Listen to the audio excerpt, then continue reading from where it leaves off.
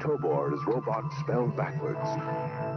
At the edge of the universe, 400 men and women are probing the immeasurable blackness of space. Their leaders are an Earthman with no fear and a stranger with no heart. Travel beyond our time and solar system, into new galaxies, into worlds beyond your dreams. Star Trek, every week, in color.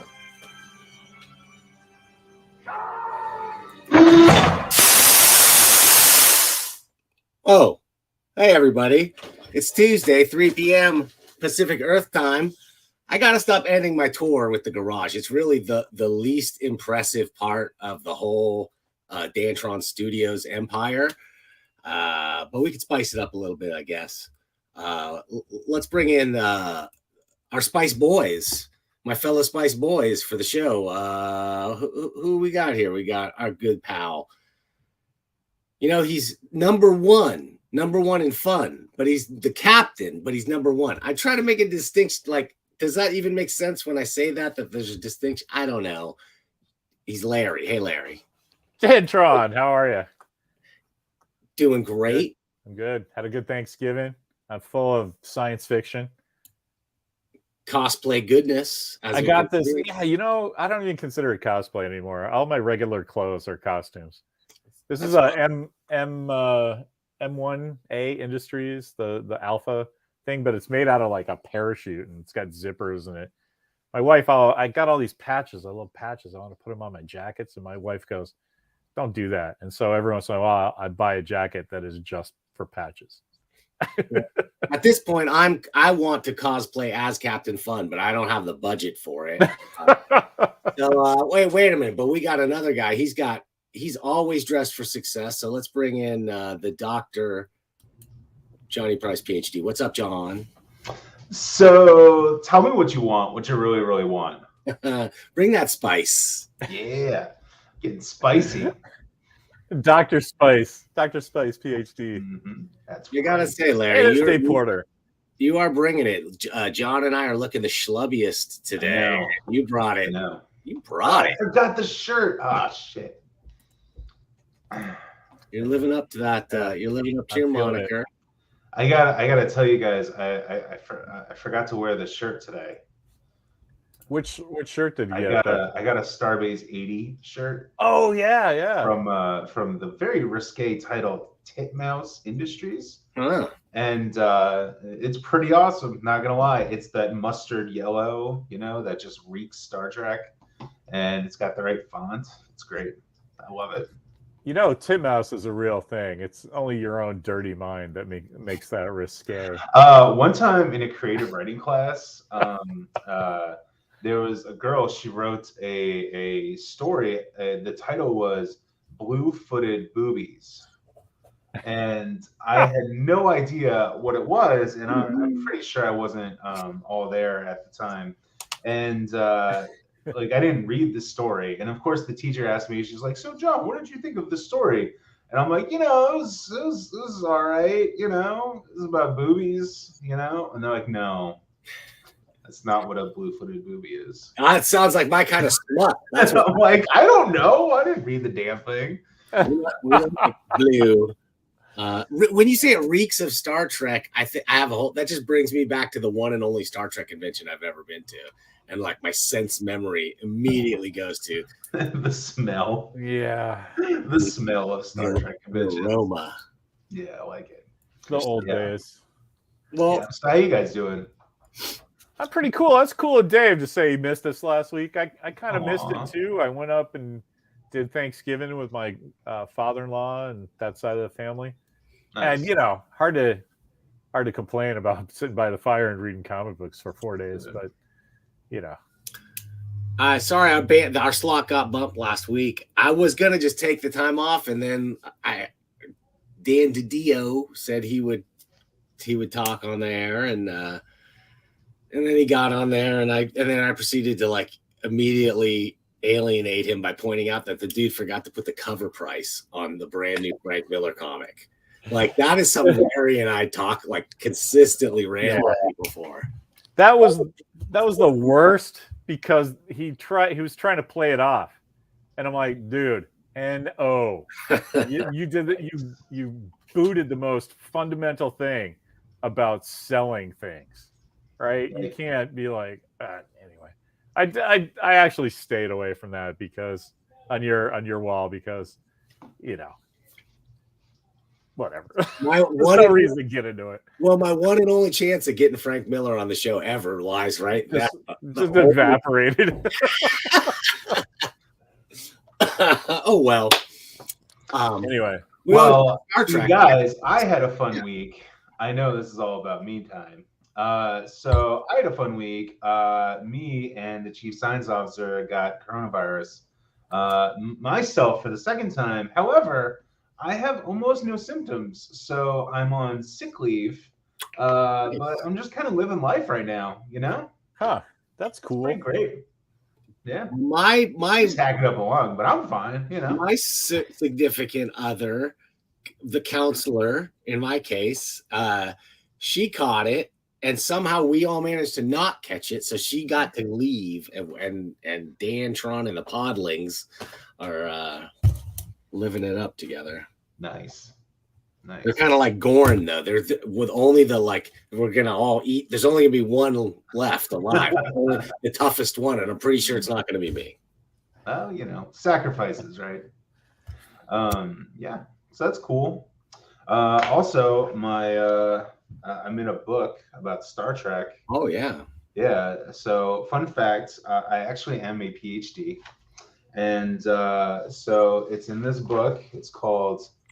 They changed the title a couple times. Who Makes the Franchise? Essays on Fandom and Wilderness Text.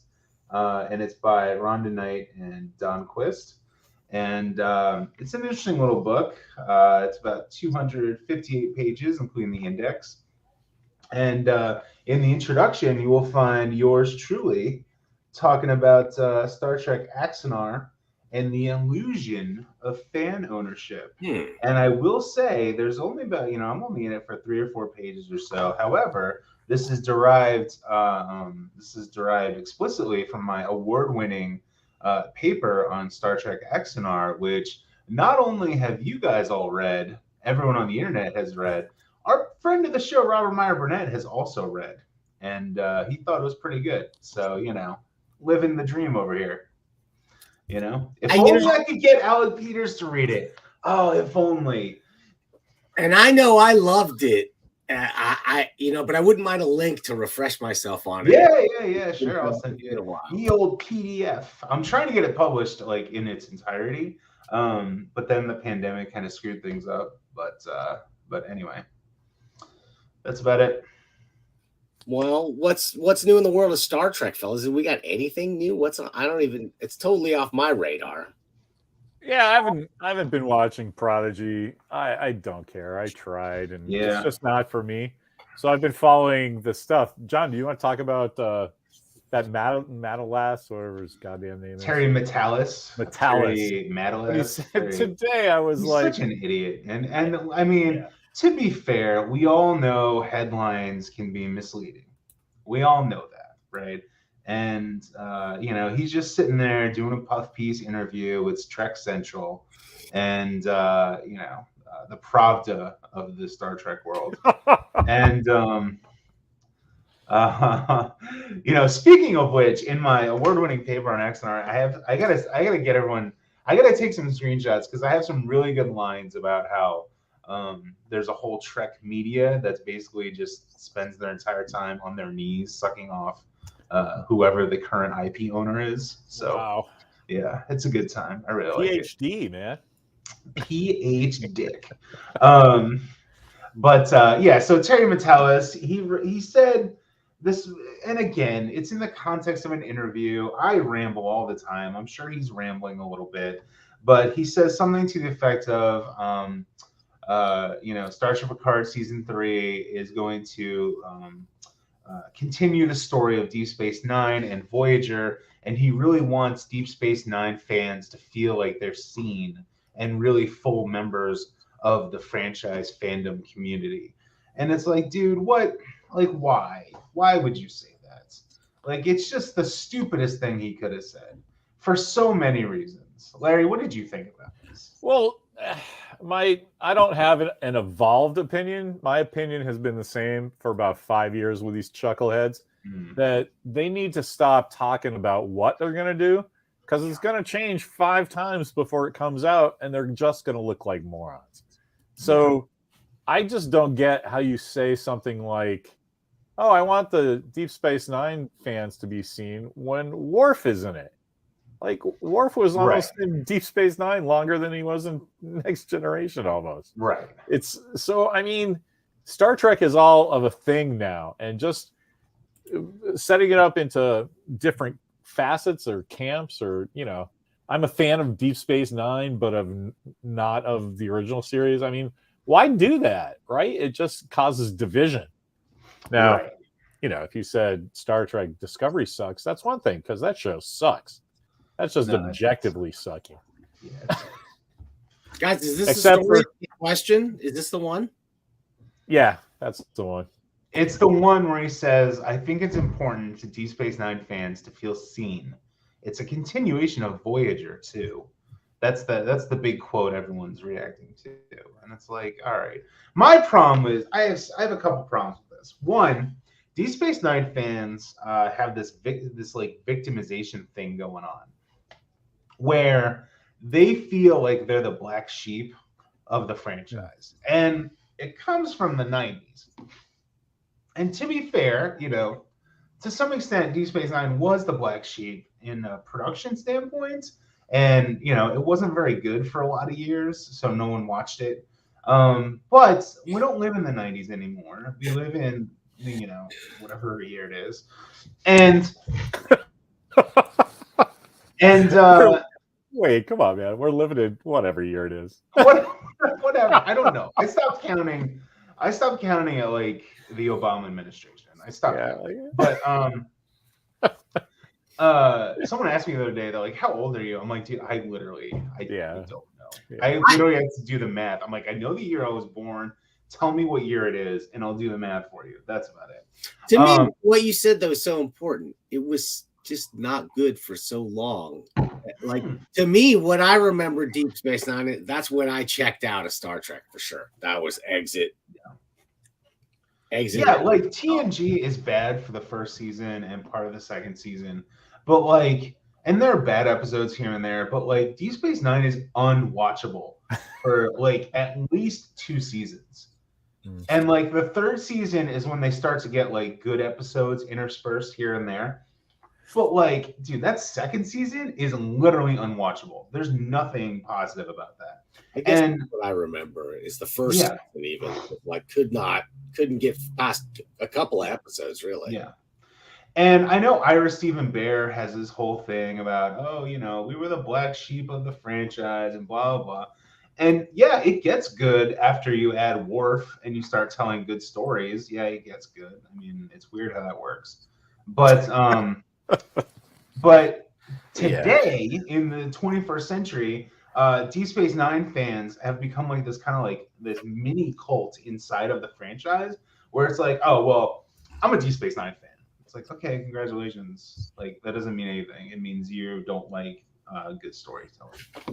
But you know, it's like, oh, I like the Dominion War. It's like, well, then you're not a Star Trek fan. Like, I'm sorry. Yeah, I do like how you just put that they're Deep Space Nine fans, because now I understand it, at least, because that's how I feel about baseball. Like, I'm a Red Sox fan, but I'm not a baseball fan. I'm not going to watch like Tampa Bay play the Chiefs or whoever. Fuck. And this is why when all those Discovery writers, the first couple of years, they would always give interviews. He goes, oh yeah, I grew up watching Deep Space Nine and blah blah blah, because it was the dark one and it was the edgy one. It was the one about war and death and blah blah blah. It's like, yeah, but you guys don't understand. Deep Space Nine is the inverse of the Next Generation, right? The Next Generation shows you the flagship where everyone's happy and we go planet to planet and we spread the ideals of the Federation, right? Deep Space Nine is the anti, in a literary sense, the anti-TNG. We're sitting in one place, bad shit's happening all around us, and we got to deal with it, right? This is not a utopia we live in. We live in fucking bumfuck Bajor. you know? And so, like, you can't, like, and a lot of people, I know, I argued with Mr. Sanchez about this one time. He's like, yeah, well, I like Deep Space Nine too. I'm like, yeah, but you like other Star Treks too. That's the whole point. Like, you can't like the people who drive me nuts are the ones who are like, oh, well, I like Deep Space Nine. I don't think I've ever seen The Next Generation. It's like, well, then fuck you. Like, what are you talking about? Well, Like, am I right in my perception? it's like if you like Empire and you've never seen A New Hope. Well, like, come on. But what was it? Almost a reaction to like Babylon 5. This is how I remember in my head. Maybe the timeline was wrong, but it was like Deep Space Nine started as whatever it was. It's soap opera on a space station, and then it later on it became this longer, more intrigue-ridden sort of thing. Kind of maybe in response to Babylon 5. That's as I remember it, like at the time, and becoming more complex and is often compared to that show. Well, that's the ever enduring controversy, isn't it? Right? We're never going to know the answer because Straczynski goes to Paramount, Team Straczynski, man. He JMS. He goes to Paramount. He's like, hey, I got this idea for a show. And then they reject it, so he goes to whoever the fuck, Warner's, I think, and he gets it made there. Meanwhile, Paramount's like, oh yeah, we just came out with this new show about a space station and a messianic captain, and it's all dark and like, get the fuck out of here. Babylon 5 is infinitely better than Deep Space Nine at its best, and there's some great Deep Space Nine episodes. There are, but Babylon 5 will always be better. I actually stopped talking about Deep Space Nine with people because, we talk about B5 all the time, and I show you I have all the bound scripts and everything. That thing's a masterclass. And so one day I was just screwing around with a guy who knew this story. Like, you're like, well, never going to know the truth. No, we know the truth. Right. Joe Straczynski walked into Paramount, and they went, yeah, that's great. The same people that did, Tom Paris and, Nick Locarno, they just don't want to pay anybody if they can steal it. Right. So we know what happened. But the Babylon 5 thing is just so good. To be honest, why should they though? Like, they're like, hey, we got a space station, we got this IP, we got these characters. Well, like, good idea, kid, but like, we got our own playground here. Yeah, it's not so much. That's great had they done that, but John just listed 3 major similarities. I mean, like the Messianic captain thing. Like, just right there. Like, why do you have to do that? Why do you have to put that in with a space station? This big galactic war against this unredeemable enemy. Like, get out of here. The Shadow. Anyway. B5 did it better. So what Terry Matalas is doing with that headline, and what Trek Central, the Pravda of Star Trek, is doing with that headline, is they're indulging these Deep Space Nine guys and gals and days to be like, oh, well, we really are. Oh, we're finally going to be seen. And it's like, dude, the new Trek shows have been jerking off Deep Space Nine since literally the first interview. The first interview in 2017, they were talking about, oh, yeah, Deep Space Nine is such a big influence to me. Fucking Alex Kurtzman. Fucking, what's his name? The first guy. What was his name? Not Kurtzman, the first guy. Oh, the guy that did Pushing Daisies. Yeah, I can't remember his name. But I remember reading his first interview in 2017. He was like, yeah, Deep Space Nine, because he worked on Voyager, and he was like, yeah, Deep Space Nine, I always wanted to get back to Deep Space Nine, and blah, blah, blah. I'm like, okay, that's great. Like, that's not a bad thing, but that doesn't make you special. Sorry. Brian Fuller, I looked at it. Brian Fuller, that's the man. Fuller. The man who ruined Klingons That's how I get forever. in trouble. That's how I get in trouble with the Deep Space Nine guys, though, because they're like, don't you like Deep Space Nine? I'm like, yeah, it's great, but, there's a show called Babylon 5 that does it a lot better. And then everybody's eyes start to bleed, and I'm like, all right, whatever. Well, and like, Deep Space Nine is good for what it is. Like, I have no problem. Like, I'm not like, oh, Deep Space Nine isn't canon. Like, it works. It actually flows really well. The trilogy of series from TNG to Deep Space Nine, and then Voyager is kind of like the offshoot where they want to live in TNG, but they're on the frontier like DS9. Like, it actually kind of works as a kind of like a threesome. So I have no problem with that. Like, but like, stop pretending you're special for liking Deep Space Nine is all I'm saying. My thing about Deep Space Nine is that I love Star Trek, boldly going where no man has gone before. Holy shit! Look at this philosophical crap. Human adventure is just beginning, and Deep Space Nine, I'm sorry, is the fucking Love Boat, right? That's it. Yeah. It's a Love Boat. So who cares? You got guest stars coming in, and there's their problem, and holy shit! I hope they don't mess the walls because we have to live here. You know, I there don't are care. really good episodes. There are really interesting characters. Yeah. But again, like just this whole idea of Deep Space Nine is like, and again, you know, a lot of people like Deep Space Nine. A lot of people, I don't want to use the word legitimately like Deep Space Nine, but like people who like all of Star Trek also say that Deep Space Nine is their favorite. That's fine because you understand the context of Deep Space Nine as this inversion of the TNG story, which is perfectly fine. I get it. But how many times have we read in these stupid articles about how DS9 really influenced me? It's like, oh, so you saw 4 episodes of Deep Space Nine, and that's your Star Trek. I literally saw everyone, and I only remember the one that Billy Mummy was in and got killed. That's such a good one. The Siege of AR 115. I just love that Will Robinson was wearing a Star Trek uniform and gets killed. So good. Yeah. But like and he falls in love with Ezri Dax because of course he does. Well, yeah, sure. Who didn't though? Everybody's adorable. Oh no! Now I have to see Zoe Deschanel in a Star Trek uniform. Damn you, Bryce! I got some pictures for you. Yikes! No, not being creepy. Just maybe the elf suit. Guys, have you been seeing any of the stuff? I think there's been.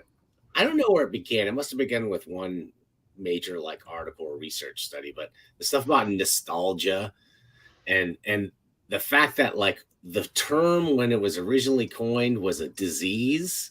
That's in the 1700s. It was like soldiers away from home, they would get this thing, nostalgia. They call it, that was the name, right? And it had like neurological effects. They longed for the home, and then it was so bad, and it was like contagious, right? And other people would get it, and it would really destroy the soldiers. And even going home would not cure it. That was one thing that was really interesting about it. But that over time, it went from being considered an ailment to being this emotion, and then being weaponized now, and we're in this never-ending nostalgia wave, right? And I found it really interesting because it was like it was super wrecking these soldiers. Like they could not function, where they were as punishment to stop them, they were like isolating them. The Swiss found it first. They would isolate them in a tower and like put them all by themselves, which of course just made it so much worse. And they would kill themselves. Jesus. And then what did they do? They they as punishment, they're like, you can't sing songs from the homeland anymore. It was like banned in the squadrons, and they would, as punishment, bury people alive if they were suffering from nostalgia to like stop it from spreading to the rest of the soldiers. This was like an ultra serious thing. And I would posit that maybe not without, like, that's like the core emotion that now they've figured out how to pluck that string over and over and over again. And people really feel like their youth, something from their youth that was definitely not as good as they remember it to be, is somehow this canon that cannot be disputed. Like fucking He-Man was a terrible cartoon. It sucked. The toys are okay, I guess, but it really stunk. So anything you do, who really, you know what I'm saying? Like we play it in our heads as it was just an amazing masterpiece. Mm-hmm.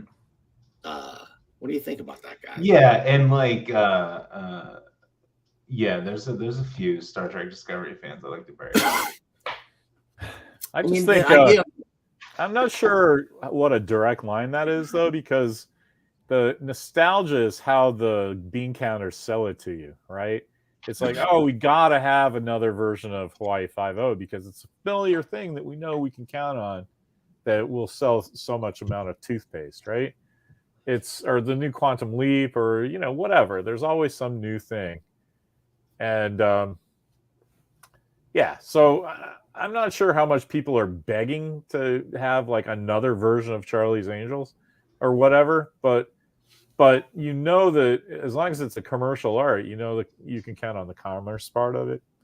So I don't think anybody's killing themselves that there's not another, Manimal coming out, but it's the other way around. It's like these people have invested so much in it that if it's not like to their liking or to this imaginary standard of greatness that this thing was, like, oh, the Hong Kong Phooey adaptation is never going to live up to. Now, without Scatman Crothers, we'll never make it happen. Like the phrase, true to the source material or something like that. Yeah. Like anytime anyone says that, just like fucking. Did you saw the thing with James Gunn, right? Did you guys see the holiday special? No, but I saw the. Can I just ruin this one thing? One of the presents Nebula gives Rocket is Bucky's Wakanda arm, and it's like a little joke, right? And some guy just goes on James Gunn's Twitter and just fucking is like, "How could this be possible?" He just is like, "Dude, she's an alien cybernetic badass, like." It could be anything. And by the way, GoBots are canon now, and it just melts everybody's brain because you can't, I get that that's part of some people's nerditry that you have to go like, how does Nightcrawler's power work? Right. I get that. And it strips the atom of the electron and the sulfur. And that's why it's okay, great. But you don't need that if you're telling a story. And to get that granular of a nerd on a Christmas special where it's like, dude, there's like 5 songs in Kevin Bacon. Like how she just went on eBay and got a Bucky arm. That's, he's got more than one, pal. That's just, if you're thinking about that, you're not entering into the spirit of what the intention of the comedy special is. It's like, hey, that Star Wars one when we were kids. Yeah, that's how you do it with a real budget. Peace out. I'm going to DC. That's all it is. I have a question. Do you think audiences are stupider today, or yes? So do we just have the ability to actually physically see how stupid audiences are? Because Twitter didn't exist in the 60s, right? So people watching Star Trek, maybe some guy was sitting there being like, "Oh my God, he said USFL last episode. Now he's saying Starfleet. What's the deal?" And today he would have just tweeted all that and caused like a big Twitter storm, right?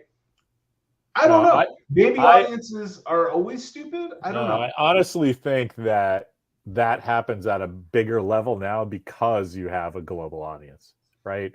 I think if some guy saw, the United Starfleet or whatever you just said, UNESCO, I forget what it is, but now it's Starfleet, United Earth Space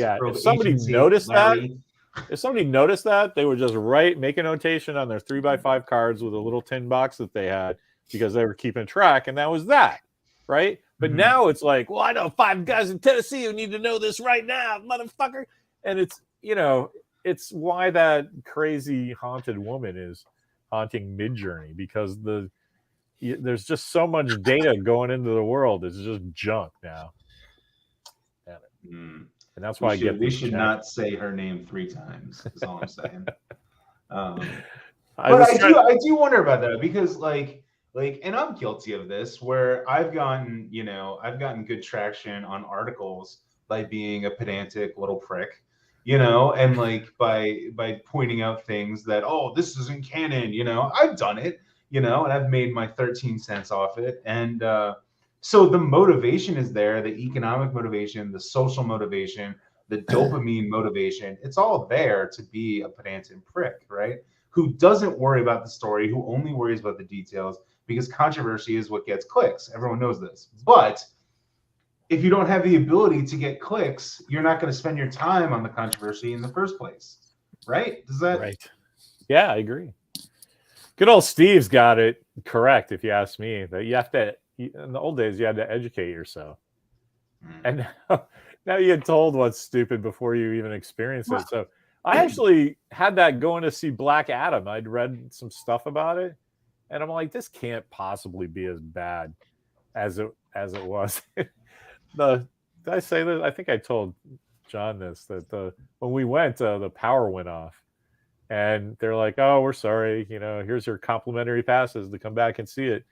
And we just went to go see Wakanda Forever again because I'm like, I don't care. I love Dr. Fate. I love Pierce Brosnan. Hey, Superman's in it. I'll just watch it on YouTube. Who cares? And that's because I had already had an experience with the front half of the movie, not because of all the stuff that I had read. You know what I mean? It's people just don't go to have that experience. You could be right. That could be, one of the worst movies ever. I don't know. I didn't finish it, but at least I had that experience that I don't need to. I'm going to go do something else with my life. I baked some ginger cookies and made some hard-boiled eggs today. Dude, how fun is Christmas though? Like very good. Christmas Ginger time, cookies, baby. You don't have to celebrate. Like I always get this is a hard conversation to have with students sometimes because like there's multiple different types of Christmases happening simultaneously, right? And I've been in a weird position where a lot of my students have been religious, not like preachy religious or anything, but like when we start talking about Christmas, they're like, "Nuh-uh, it's about the birth of Jesus." I'm like, "Yeah, that's one Christmas. Another Christmas is about watching Elf and Rudolph and Die Hard. Like that's another Christmas. Another Christmas is baking cookies. Like these are all different types of Christmases that happen simultaneously, right? So it's always that weird conversation because I think Christmas, to quote South Park, Christmas is a holiday for everybody.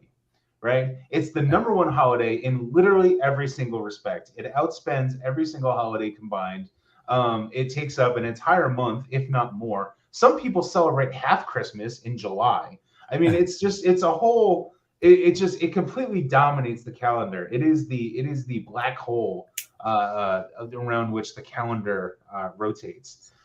Anyway, I love Christmas a lot. But that's true, like literally, right? Because the whole point of Christmas is the celebration of, okay, we're halfway through winter, yep. Right? And we made it this way, so the rest of this is cake because it's getting warmer, and days are getting longer. And then no matter what you put onto that, that's cool. Yeah, it's about Jesus. That's great, man. But you want a tree in your house? Why not? Santa's sleigh is run by Thor's reindeer. I mean, there's a lot of fucking shit going on here. I love it. So just enjoy that we made it halfway through the winter and it's getting warmer. The chief science officer bought me the topper, the Enterprise topper from Hallmark this year. It's awesome. It's pretty awesome. It's big and it's heavy and I love it. Everybody knows Die Hard. Did you have to use Sorry, go ahead, Larry. No, I was just going to ask if Jess had to use like Spock's radiation gloves as she's holding it to not catch the nerd cooties. Oh, that's how much she loves you. Right? She's a Vulcan, so she just looks at the cooties and she's like fascinating, and then just goes. Then she does something else, and No, I was just gonna say everybody knows Die Hard is the Christmas action movie, right? But what about Cobra? Cobra, I like it. Cobra with Sylvester Stallone. That's a Christmas movie. I love it. I mean, that works for me. Cobra, Lethal Weapon, Die Hard. That's a great afternoon right there. That is a great afternoon. Check out Rick, your controversial clickbait hot take. Hey, I like Christmas. Totally. Absolutely hilarious. You know what? It is a hot take. I forgot what this is. This is the conservative section of our show, and it's that war on Christmas movies. You can't even call Cobra a Christmas movie anymore. You got to call it a holiday film now. What is happening to this country when you can't call Cobra a Christmas movie? I just love, even my kid is like, now's the time of year that Daddy sends everybody a link to John Price's takedown about Die Hard being a Christmas movie. Oh my God. Back when I used to write. Good old days, huh? Good old days. Yeah, Lethal Weapon. Well, anything Sean or what's his name? Shane You know- Black writes as a Christmas movie. You know what is Predator. another Christmas underappreciated, I think, Christmas movie and dark as hell? Gremlins. Yeah, Gremlins is yeah. awesome. Dude, that is a movie you must not show your children if they're you must not. Because like you have to not, like they're like, I want to see Gizmo, that looks so cute, but then you watch that movie and fucking Phoebe Cates tells the story of her dad dressing up as Santa Claus and dying in the chimney. Do you remember this part? It is just as dark as can be, and then those gremlins are genuinely scary. Oh yeah. And then I'm sorry to go into, and then to follow that up with what might be the greatest sequel of all time with Gremlins 2. Gremlins 2 is amazing. Like as it's amazing. Yeah, for Joe Dante to make that switch, like from what is Gremlins 1 is a genuine amazing classic, and I think he just wanted to like kill it and to make sure that it did not get too many sequels. You know what I'm saying? Love it. Yeah. You know, Joe Dante did the same thing to Beverly Hills Cop. Or like Beverly Hills Cop 3 is just he's trying to kill it. It's like a thing about where they go to like Disney or something. It's insane. So also Beverly Hills Ninja is a great movie. It has nothing to do with Christmas, but it's a great movie. Actually, the chief science officer and I, one of our first get to know each other's was about how much we love Gremlins, the movie. So Boy. you know, she was out there taking her little tricorder readings, being like, "Oh, these Gremlins are fascinating," and I was like, "Cool, you're a good science officer."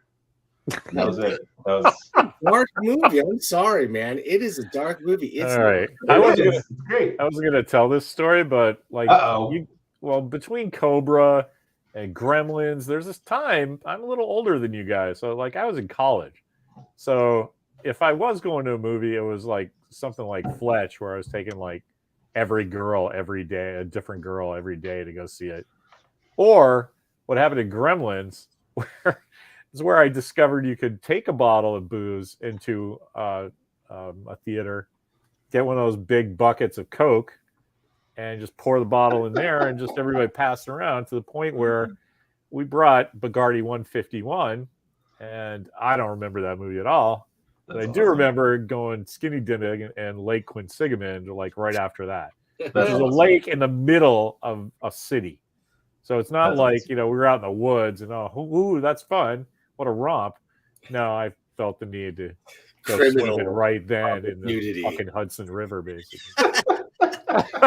So that's what I think of when people bring up Gremlins. I'm like, just keep your mouth shut, Larry.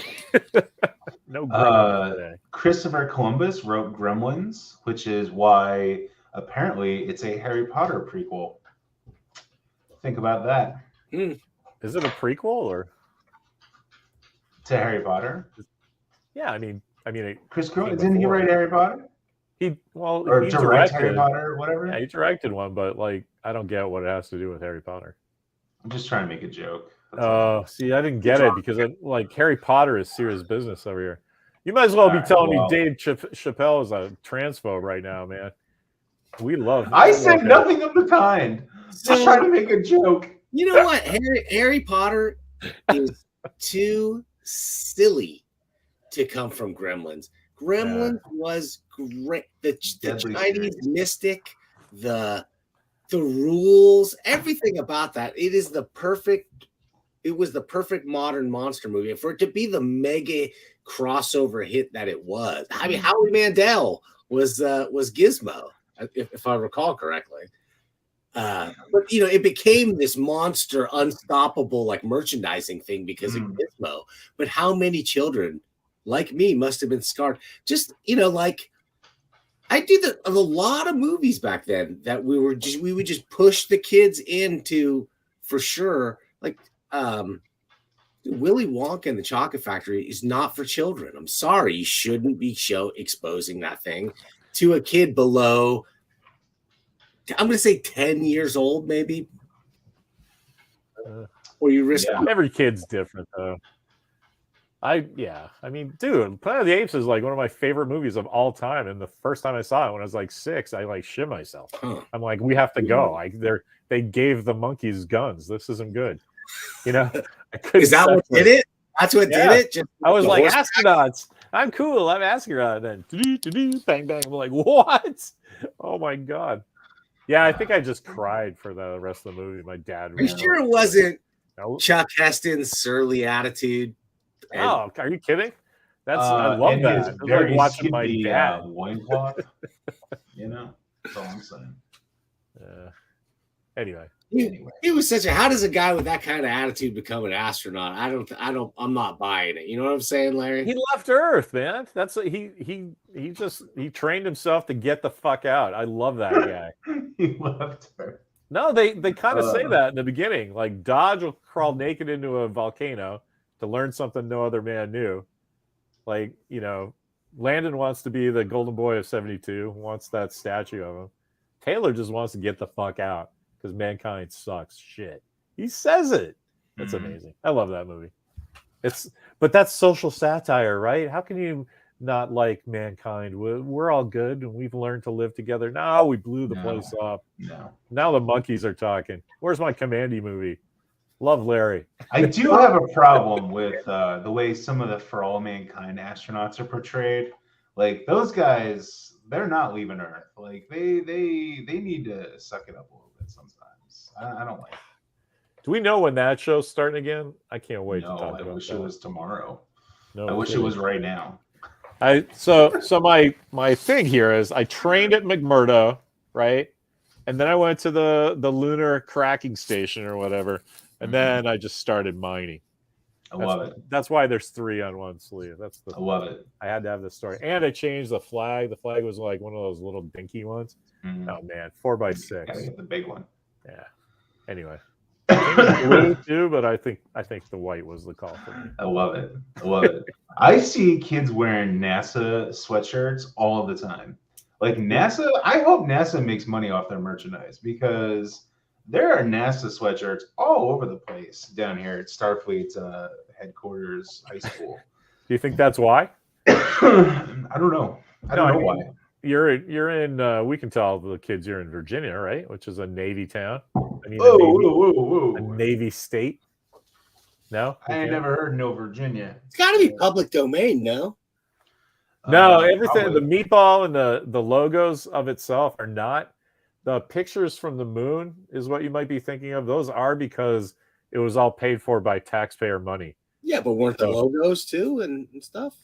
They have to say that they're the logos of the administration.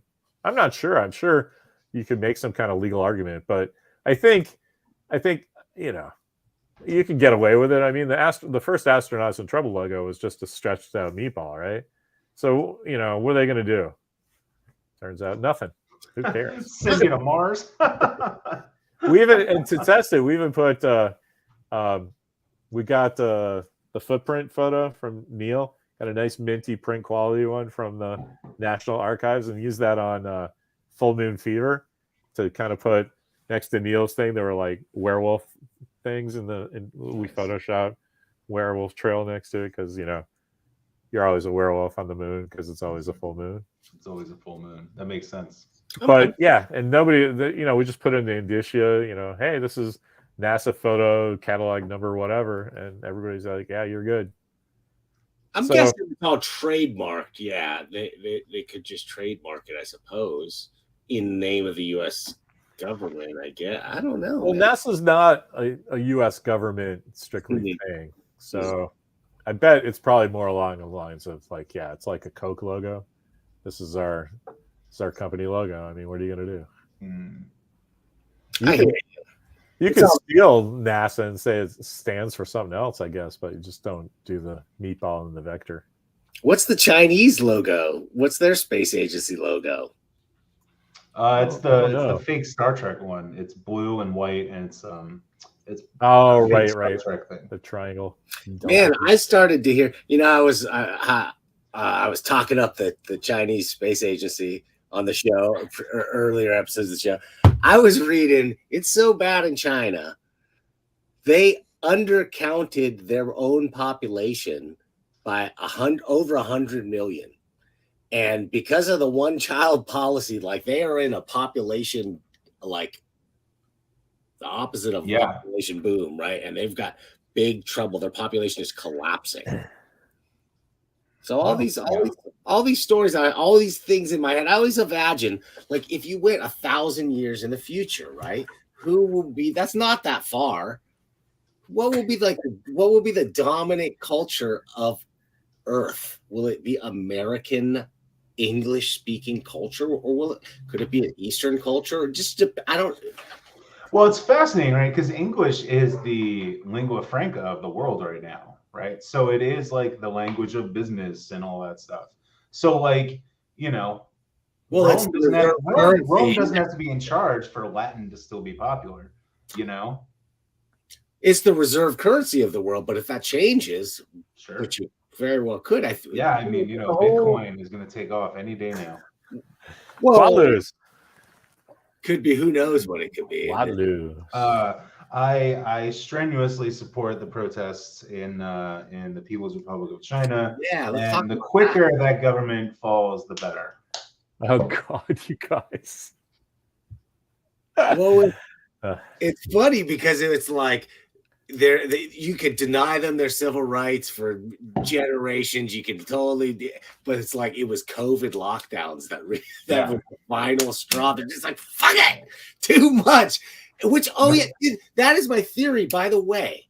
You notice we're seeing these public meltdowns of billionaires, right? We got Kanye, we got Elon, we got Zuckerberg. We got like major shifts of fortunes happening. My theory is that, like, dude, the 2 years we were in the pandemic just drove a lot of fucking people really bananas. Yeah.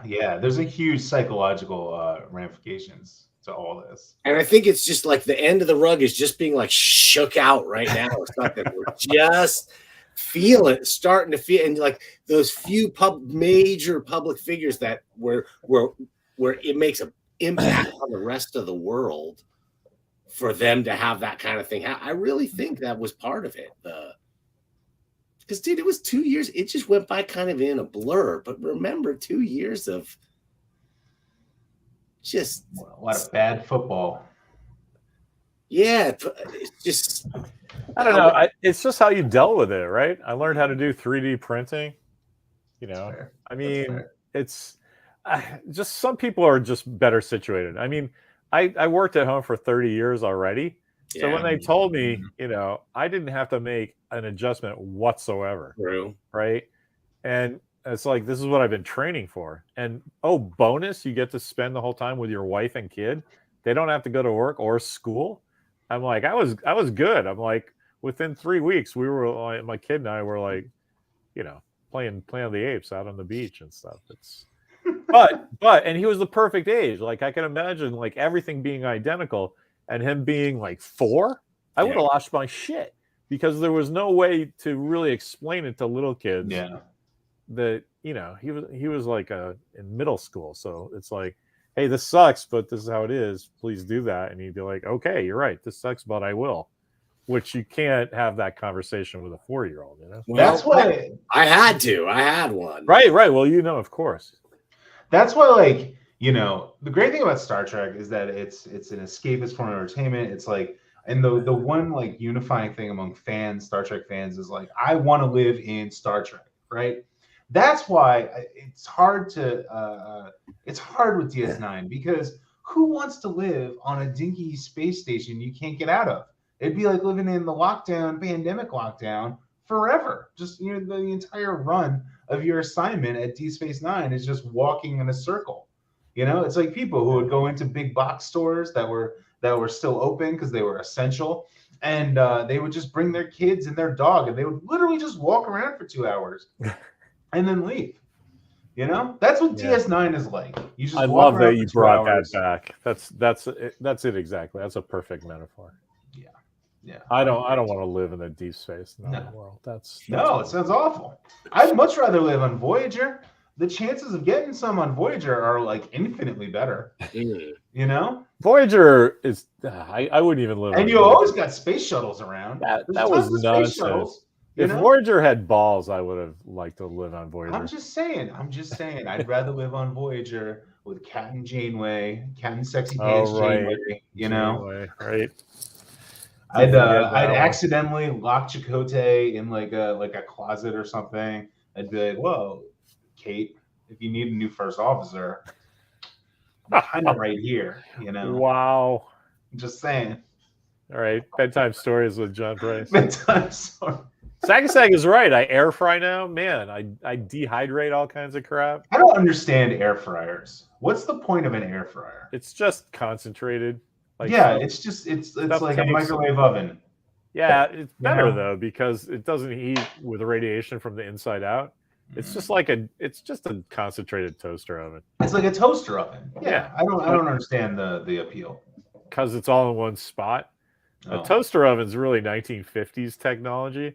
When America was great. You can put like 4 pieces of bread in there and toast it, and they'll all turn out different. In the air fryer, you wouldn't want to use it for toasting, but you can put frozen, like 2 big helpings of frozen French fries. Press the button. 8 minutes later, it's like you went to McDonald's. Would you like to know more? Well, that's good to know. I will go like that. That was the best. I'm with Sagaside. That was the best thing about the isolation is learning what to do with an air fryer. That was cool. Also, I can make pretzels. That's cool. I juggle. I learned to juggle, and I like you. I worked from home for like 10 years before that, so it was not a huge adjustment at all for me. And I actually think it's funny because you thought it was difficult. It'd be hard for a little kid. To me, it's like the little kid doesn't know the difference. My little kid didn't have other friends or whatever, and they could play with each other. And we had the house, and okay. Teenager, I would have just gone bananas. Yeah, I would just stay with my parents. It's a big difference, I guess. What's going on? What your family life is like, but it was just driven. My kid asked me, and I was like, "What would you have done if that had happened when you were like 12?" And I was like, "Sat in my room and did my Millennium Falcon models and read Harlan Ellison just like I did anyway." It's like, oh, I see. It must be your personality and your situation. Like, but then you were growing up on the East Coast too, as opposed to the West Coast too, so it's maybe different. Like, yeah, we had all the fresh air in the world. I was like, yeah. That was he had all the as opposed to China, they're undercounting. That's true. And there's still shit up the air. So that's true. The Chinese government has ruined the environment of China and de facto the world. Well, and then their zero COVID policies were so stringent. It's like if one person on your block was near somebody who had it, the block is in lockdown to the point where they put barricades like in the stairs to prevent you from leaving. And they're enforcing it with drones. I'm glad it worked out for them though, because 3 years of lockdown is definitely an improvement. Are they still? They're not still locked down, are they really? Oh my Lord, yeah. There's major protests in China right now because they're still on lockdown. Right now. Yeah. And not like little towns, like fucking Shanghai and Beijing and stuff, like major cities with millions and millions of people. And they're calling for the end of the Communist Party and the end of Xi Jinping. Well, that's not going to happen without a fight. I'll tell you that. Xi Jinping just made himself like dictator for life like a month ago. Anyway. We got that news in San Francisco. Anyway, back to the Dominion War and how it could possibly affect. Look, the worst thing about Star Trek Picard is that they have such an amazing socio-political premise to build on because everything was so bad in the 2370s, right? The 2370s, you've got the Dominion War, you've got multiple Borg attacks, you've got fucking Romulus explodes, you've got a major refugee crisis, right? All this shit's going down in the 2370s, 2380s, and then Picard takes place at the turn of the century, 2399, 2400, And it's like, dude, you need to address the fallout of those things. And they just don't. They just don't address any of it. They're like, oh yeah, now 709 is a Ranger. It's like, what the fuck are you talking about? Like, what? What? Stop.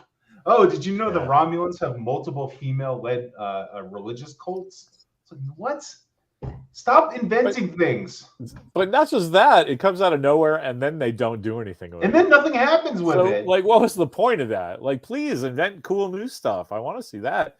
But like, don't just drop some weird thing and then don't explore it. Like, yeah. what? Speaking of cool new stuff, whoever designed ships, and look, I know Bill Krause did the new Titan. I understand. Yeah, he's a fan favorite. Yeah. Uh-oh. John ranting set off his bandwidth. It totally saturated his bandwidth. The eagle moss, like in ninjas, caught him. And I don't know what he's talking about. He's talking about Starship design. I will say I watched there's some great Blender tutorials on procedural Starship design that I recommend you folks out there check out. There he is. He's back. Ramp up. Come up that hill again, Sisyphus. We lost you in the middle of your rant. I think the new design is great, and I have nothing to say. And I really hope that I enjoy the Chinese people, and I'm sorry for anything I've said about Eagle Pass. Long live, Please turn my internet back on. Our overlords who have created nothing but memorable Starship designs for the last 10 years. Thank you. Yes. It's bad when this is preferable. When the fat nacelled JJ Enterprise is preferable to all of the crap that they've come out with. It's just I just don't understand, and I think it might have been John Eaves who started this nonsense, but there's no reason that starships need to look aerodynamic. Right? Like, what's the point? Why do they keep doing this sleek thing? I've always thought about that. Bullshit. I mean, don't you need at some point to think about entering a planet's atmosphere and landing? A starship never lands on a planet. I mean, Voyager did. That was the reason Voyager looks aerodynamic, Yeah. right? But that was like a one-time thing. It's a story point, right? Right. And it was a smaller ship, and it was a emergency function they had. I'm good with the Voyager, but like the Enterprise E, right, looks and what it is just lazy visual storytelling. It's like, look, this is fast because it's got sleek lines like a Chevy. It looks badass. It looks cool. Like fan-made ships, dude. Fan-made ships are the worst. Like fan designs are the worst. They make John Eaves look good. Like they're just like, oh, here's my Mark 12 Predator design with 30 torpedoes and fucking it looks like an F-16. And I'm like, dude, it's a starship for Starfleet, which believes in peace at all costs and non-interference. Like, what the fuck are you doing? You know? Yeah. If you're gonna create a fucking starship, it better look like the goddamn Enterprise. All right. Well, yeah, what is that? It's awesome. It's I don't know what it is. Why can't it just be? Oh, it's 20 questions. That's what it is. It's okay. All right. Friend of the show, Aunt Laura got it for me. Why can't you put a warp engine on a star base, right? Or a space station? Why not? I'm in. Let's do it.